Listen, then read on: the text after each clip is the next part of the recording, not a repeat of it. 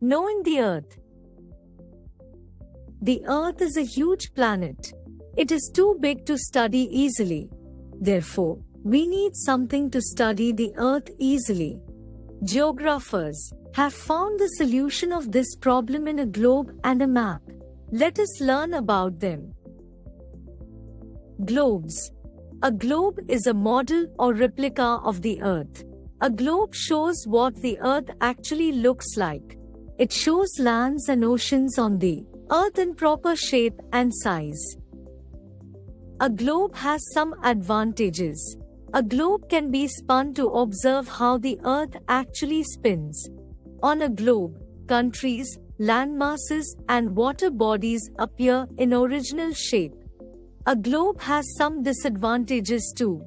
We cannot make a globe very big to study everything in details. We cannot project or study in detail of a small part of the Earth on a globe. To solve this problem, geographers have designed maps. Maps. A map is a drawing of the Earth or a part of the Earth on a flat surface. Maps can be drawn on paper, cloth, leather, metal plate, etc. On a map, the Earth or a part of it can be studied easily. A map has many advantages.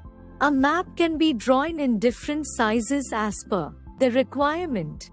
Even a small area can be studied easily. A map gives more information than a globe. We can draw maps according to our needs, on different subjects and topics. A map helps locate a place on the Earth easily. We can carry a map easily as we can fold or roll it easily. A map has some disadvantages too. A map does not show landmasses, water bodies, and other things in their original shape. As we represent the circular Earth on a flat surface, some of its parts shrink, changing the original shape of the parts.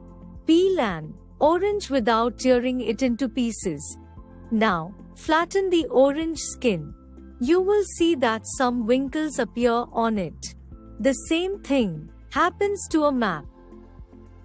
There are different types of map for different studies. The different types of maps are political map, physical map, and thematic map. Directions. To understand the location of a place on the Earth and on a map, we should have the concept of direction. There are 4 main directions: north, south, east, and west. We should know how to find a direction. It is easy to find directions. You know that the sun rises in the east every day. So, stand facing the sun and stretch your hand.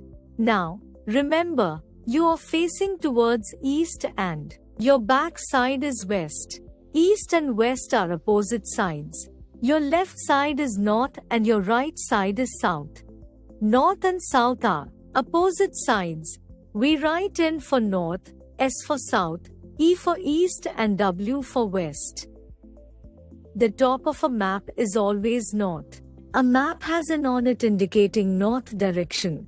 If this symbol is absent on a map, the top of the map is always north. And if we know the north direction, we can find out other directions. Now, you imagine you are facing north, N, your right side is east, E, your back is south, S, and your left is west, W. The compass. Long ago, people used to find directions seeing the sun in the sky at the daytime and seeing the pole star at night. But it was difficult to find directions, especially on a cloudy day. To solve this problem and to find directions precisely, scientists have invented compass. A compass is a special instrument that helps find direction of a place. A compass contains a needle that always shows or points towards the north. As we know north, we can find out other directions. Sailors who voyage in seas and oceans, mountaineers, tourists, etc. Use a compass to know the direction.